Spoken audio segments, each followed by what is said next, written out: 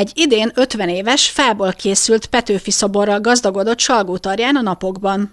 A művet az alkotó dr. Bari Árpád, a közvetítő Izsák Gábor, valamint Tóth Sándor hozta el városunkba, és adta át a Dornyai Béla Múzeumnak, melynek raktárában ideális körülmények között várja majd, hogy végső helyére a közeljövőben megújuló Petőfi kunyhóba kerüljön. A szobrot az akkor még orvostan hallgató Bari készítette 1973-ban Petőfi Sándor születésének 150. évfordulója alkalmából, majd hosszú ideig pihent szülei házában, hogy most Izsák Gábor közvetítésével Salgótarjánba költözzön. Az idén készült végül el egy életmű album, egy könyv, amelyet a Gabbiano Print könyvkiadónál valósítottunk meg, és ennek a tulajdonosa, illetve ügyvezető igazgatója Izsák Gábor közvetítette Salgótarjánba.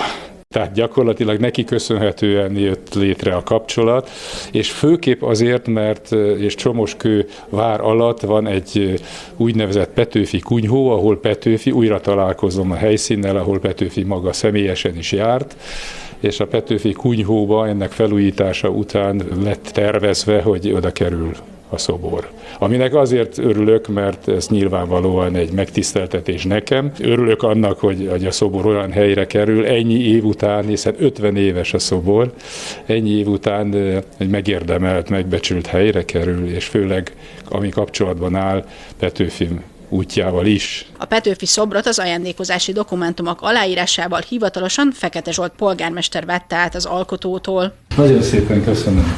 Erre nagyon büszke vagyok.